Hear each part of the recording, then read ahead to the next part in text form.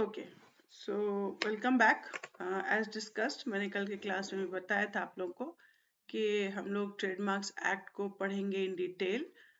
जिन्होंने भी तैयारी कर रहे हैं, जिन्होंने भी फॉर्म भरा है ट्रेडमार्क एजेंट के लिए, उनके लिए ये हेल्पफुल है ये वीडियोस। उसके अलावा आईपीआर के स्टूडेंट्स के लिए हेल्पफुल है।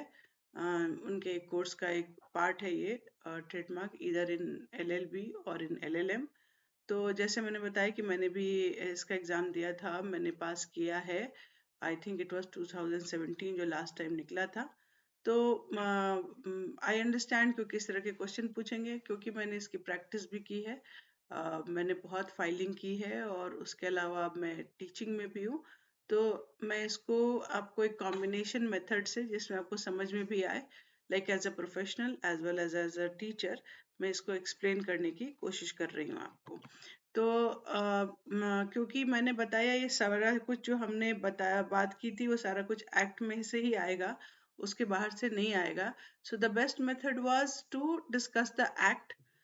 देखिए, अभी से शुरू कीजिए उसको थोड़ा थोड़ा याद करना। लाइक अगर आज मैं आपको डेफिनेशंस बता रही हूँ तो आप डेफिनेशंस को आज पढ़ेंगे, क्योंकि उस वक्त वो प्रेशर में आपको याद नहीं रहेगा और आपको जो है कंफ्यूजन हो जाएगी। So let's get back to what we are discussing. ये एक्ट है, ये आपको ऑनलाइन अवेलेबल है। उनके वेबसाइट पर भी, आईपीआर की वेबसाइट पर भी है, नॉर्मली भी है। मोस्ट ऑफ द वेबसाइट्स जो हैं वो अपने ये पर दिए हुए हैं। लेजिस्लेशन के जो एक्ट्स जहाँ पर वेबसाइट्स पे बेर एक्ट्स, उसमें भी ये हैं। अगर आप सॉफ्ट कॉपी में पढ़ते हैं देन इट्स ओके, अदरवाइज आप हार्ड कॉपी का बेर एक्ट जरूर खरीद लीजिएगा। तो ये 1999 में आया है और इसकी भी रीजन बहुत रहे हैं। मैंने आपको कल हिस्ट्री में थोड़ा बताया था। जब हम ट्रिप्स के कंप्लायंट हुए थे तो हमें भी सारे under article 253 of the constitution हमें ये प्रावधान है कि हम इसको यहाँ पर अप्लाई करेंगे। अगर हम वहाँ के सिग्नेटरी हैं तो हमने चेंजेस उसके हिसाब से किए थे। तो अभी आपको ये पता है कि अभी होल ऑफ इंडिया में हमारा लॉज जाता है because of the amendments in the JNK status. तो ये होल ऑफ इंडिया में ही अप्लाई होता है और 1999 में ये आया था। तो 1999 कहा और इन्होंने नेक्स्ट ईयर से अप्लाई कर दिया था। देखिए, डेफिनेशंस बहुत इंपॉर्टेंट हो जाते हैं, क्योंकि अगर आप डेफिनेशंस जानते हैं तो क्वेश्चंस में वो पूछते हैं। अगर ऑब्जेक्टिव्स पार्ट जो है उसका, उसमें वो या तो सेक्शन पूछ लेंगे या फिर ये डेफिनेशन क्या कह रहा है ये पूछ लेंगे। तो हम लोग एक एक डेफिनेशन समझते हैं और उसको जैसे मैं अगर समझा दूंगी आपको तो आपको वो इजी रहेगा याद करने के लिए। एपिलेट बोर्ड पहला डेफिनेशन है। देखिए, डेफिनेशन हमेशा सेकंड ही सेक्शन रहता है या फिर एट द मैक्स थर्ड रहता है। तो सेकंड में डेफिनेशंस रहते हैं तो वो बहुत लंबा सेक्शन हो जाता है। क्योंकि डेफिनेशन क्या काम करता है, डेफिनेशन वो काम करता है कि जब भी एक्ट में ये वर्ड इस्तेमाल हुआ होगा उसको, वहाँ उसका कंटेक्स्ट क्या है, यानी इस एक्ट के लिए उस वर्ड का मीनिंग क्या है, उसको समझने के लिए आप definition part on the in the second section आप जाते हैं और उसको आप पढ़ के समझते हैं कि वो इस पर्टिकुलर एक्ट के लिए उसका क्या मतलब है। जैसे यहाँ पे पहला है एपिलेट बोर्ड। देखिए, 19 में जो बोर्ड एपिलेट बोर्ड है इसको खत्म कर दिया गया है। रीजन बीइंग कि एक्सचेकर पे वो ज्यादा भारी पड़ रहा था गवर्नमेंट के, और उसका यूजेज उतना एक्सक्यूज मी नहीं था। तो अभी appellate board was similar to high court for this particular act. तो अभी उनको हटा के मतलब अपील में, अगर आपका जो ट्रेडमार्क का आपने फाइल किया है वहां पर रिजेक्ट हो गया है, मतलब कंट्रोलर ने रिजेक्ट कर दिया है, तो फिर ये अपील में आप ऊपर जाते थे। तो अभी हाई कोर्ट में जाते हैं, अभी अपीलेट बोर्ड है नहीं। So next is, so what is it, it was actually an appellate board is appeal का बोर्ड है, जिसमें कुछ एक्सपर्ट्स होते थे और जजेस होते थे जो कि आपके जो आपका ट्रेडमार्क रिजेक्ट हो गया होगा उसके लिए अपील करने के लिए आप हायर बोर्ड्स में जाते हैं। उसके बाद आता है असाइनमेंट। असाइनमेंट जो है वो जब मेरा कोई ट्रेडमार्क है, क्योंकि वो ट्रेडमार्क मेरा क्या है, प्रॉपर्टी है, वो एक मेरी एसेट है। तो हम उसको किसी और को दे सकते हैं, हम उनको बेच सकते हैं। तो बेचना is not the right word here, the word is assignment. यानी कि मैं आपको अगर वो असाइन कर रही हूँ मेरा रजिस्टर्ड ट्रेडमार्क, तो मैं एक डीड के थ्रू करती हूँ, और ये डीड क्या है, रिटन फॉर्मेट में होना चाहिए। तो ये मैंने आपको असाइन किया, तो यहाँ पर आपका फर्ज ये बनता है कि आप जो है आईपीआर ऑफिस में इसको रजिस्टर कराएं, ट्रेडमार्क ऑफिस में, ये कह के कि अब मेरे नाम पे नहीं हो के उनके नाम पर होना चाहिए। तो इसके लिए आपको डीड भी लगाना पड़ता है। This is what assignment is. Associated trademarks कई बार, जैसे एक कंपनी है, जैसे फॉर एग्जांपल रिलायंस है, उसका जियो है, जियो मार्ट है, उसके जियो है, तो ये सारे उनके एसोसिएटेड ट्रेडमार्क्स हैं। तो मार्क्स डीम्ड टू बी का मतलब क्या होता है, मान लिया जाए, है ना। जैसे होता है ना डीम्ड टू बी यूनिवर्सिटी, तो वो यूनिवर्सिटी प्रॉपर कैटेगरी में नहीं आते, बट उनको मान लिया जाता है कि यूनिवर्सिटी है, तो उनको वैसा ही दर्जा दिया जाता है जैसे कि यूनिवर्सिटी को दिया जाता है। तो this is what deemed to be means. और required to be registered as associated trademark under this act. So अगर किसी का, रिलायंस ने अपना रजिस्टर करा रखा है, तो उसके एसोसिएशन के साथ ये मार्क जो है, कई बार क्या होता है, जैसे मैं आगे के क्लासेस में आपको बताऊंगी कि जो ट्रेडमार्क होते हैं वो उनको दो कैटेगरी में बांटा गया है, गुड्स में और सर्विसेज में। तो जो गुड्स हैं वो 1 to 35 क्लास में आते हैं, 36 to 45 इज सर्विसेज। तो उसमें कई बार ऐसा होता है कि कोई एक पर्टिकुलर मेरा कोई गुड है जिसको मैं रजिस्टर करा रही हूँ, तो वो ऐसा हो जाता है कि दूसरे भी क्लास में वो टैली कर जाता है, मेरा जो काम है, जो मेरा मतलब बिजनेस है। तो मैं चाहती हूँ कि मैं दोनों में रजिस्टर कराऊँ, एक में मेरा रजिस्टर हो गया है और दूसरे में मुझे ऑब्जेक्शन हो गई है, तो मैं एज एन एसोसिएटेड ट्रेडमार्क उसको मैं अप्लाई कर सकती हूँ कि मुझे थोड़ा फेवर मिल सकता है, कि क्योंकि बोर्ड ने मुझे ऑलरेडी एक के लिए दिया है, तो वो दूसरे के लिए दे सकती है। बेंच में मैंने आपको बताया एपिलेट बोर्ड है नहीं, तो उसका जो बेंच है वो जो सिटिंग बेंच होता है, जैसे कि आप सुप्रीम कोर्ट, हाई कोर्ट, ये सब में जानते हैं, वही ये बेंच है। Next is certification trademark.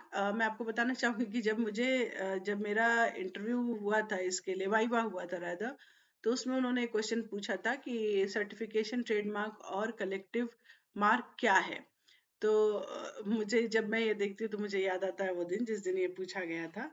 तो मैं आपको सर्टिफिकेशन ट्रेडमार्क बताती हूँ, जैसे कि हॉलमार्क है, जैसे कि जैसे वुल मार्क है, या फिर इको मार्क है। ये सब मार्क क्या है, ये आपके जो प्रोडक्ट है उसकी ऑथेंटिसिटी को, जेन्युइननेस को दिखाता है।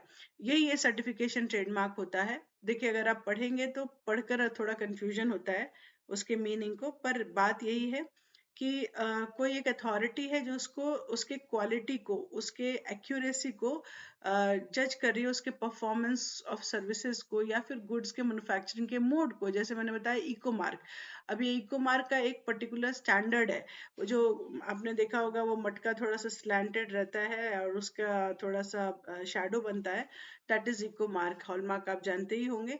तो ये सारे मार्क जो है वो उनकी ऑथेंटिसिटी या फिर मोड ऑफ मैन्युफैक्चर, जैसे इकोमार क्या है, मोड ऑफ मैन्युफैक्चर, कि आपने इन्वायरमेंट को बहुत ज्यादा मिसयूज नहीं किया है, या फिर material, for example wool mark है, या फिर कॉटन का मार्क है, जो 3 balls of cotton in the shape of tree. ये सारे जो है आपको इसकी ऑथेंटिसिटी बताते हैं। तो this is what that certification trademark is, कि वो सर्टिफिकेट दे रहे हैं। So it means a mark capable of distinguishing the goods or services in connection with which it is used in the course of trade, which are certified by the proprietor of the mark in respect of origin, material, mode of manufacture of goods or performance of services, quality, accuracy, or other characteristics from goods or services not so certified and registrable as such under Chapter 9 in respect of those goods or services in the name as proprietor of the certification trademark of that person. So this is what it is trying to say. मैंने examples के साथ दिया था, और जब उन्होंने मुझसे पूछा भी था तो मैंने कहा था कि सर मैं इसको आपको एक्सप्लेन कर देती हूँ, और मैं आपके एग्जांपल से इसको एक्सप्लेन करती हूँ। तो उनको अच्छा लगा था जब मैंने ये बताया था। Chairperson again of appellate board हैं, तो again it is not relevant as on today. जो उसके चेयरमैन होते हैं 83, जो सेक्शन 83 उसके अंदर में एपिलेट बोर्ड के बारे में डिटेल में बताया गया है, तो वो उस पर अप्लाई करते हैं कि उनका जो चेयरपर्सन होंगे एपिलेट बोर्ड के, that is what the chairperson means, अगर कहीं पे भी इस पर्टिकुलर एक्ट में ये यूज हुआ होगा तो। कलेक्टिव मार्क अगेन, जैसे आप सीएस अगर किए हैं या फिर आप सीए किए हैं तो उसका एक मार्क होता है स्पेसिफिक। तो ये एक इंस्टीट्यूशनल बॉडी है जो आपको समझी है कि आप इसके लायक हैं कि आप सीए बने, तो आपको उन्होंने ये मार्क दिया है कि उस मार्क ने आपको, मतलब उस पर्टिकुलर अथॉरिटी ने आपको सर्टिफिकेट दिया है, तो उनको वो मार्क जो है वो यूज करते हैं। तो इसका मेन उन्होंने ये लिखा है कि गुड्स या सर्विसेज के लिए देने के लिए, क्योंकि वैसे भी ट्रेडमार्क गुड्स और सर्विसेज के लिए ही है, बट वो कहते हैं कि एसोसिएशन ऑफ पर्संस होने चाहिए, बट ये ऐसे एसोसिएशन नहीं होनी चाहिए कि वो पार्टनरशिप हो उनके बीच में अंडर इंडियन पार्टनरशिप एक्ट। क्यों? क्योंकि अगर पार्टनरशिप होगी तो तुम मेरी भलाई के लिए करोगे, मैं तुम्हारी भलाई करूंगा, तो ये वो नहीं किया जा सकता है। यहाँ पे एक जो एसोसिएशन है, these are those kinds of people who are not connected to each other except for this particular service they are providing. Deceptively similar, आपने कई केसेस पढ़े होंगे ट्रेडमार्क के लिए, जिसमें कि कई बार ऑब्जेक्शंस हो जाते हैं कि इन्होंने मेरे मार्क को कॉपी किया है। जैसे मान लीजिए एक है, जैसे किसी अब ब्रांड है अमूल और किसी और ने ब्रांड बनाया टमुल, तो उसका उसका आइसक्रीम में सपोज करो, तो आप लेने गए और उन्होंने उसी तरह से उसको भी ऐसे बनाया है जिस तरह से लगे कि वो अमूल नहीं, वो टमुल नहीं, वो अमूल ही है, तो आप खरीद सकते हैं सिमिलर होगा तो। जैसे there was a case related to Colgate toothpaste है ना, तो उसमें जो है जो दूसरा ब्रांड था उसने नाम तो बहुत डिफरेंट रखा था, मैं आपको उसके पिक्चर्स दिखा दूंगी।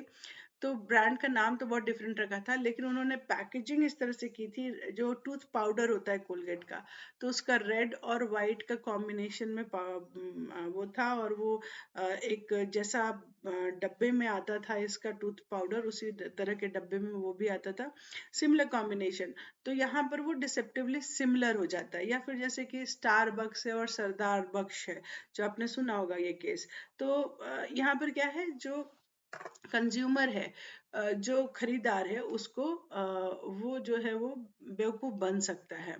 ठीक है। False trade description, again what is it? The trademark description which is untrue और misleading in a material aspect respect as regards the goods और services to which it is applied. For example, एक बार एक case था जिसमें जो मैंने trademark कराया था, उसमें उनका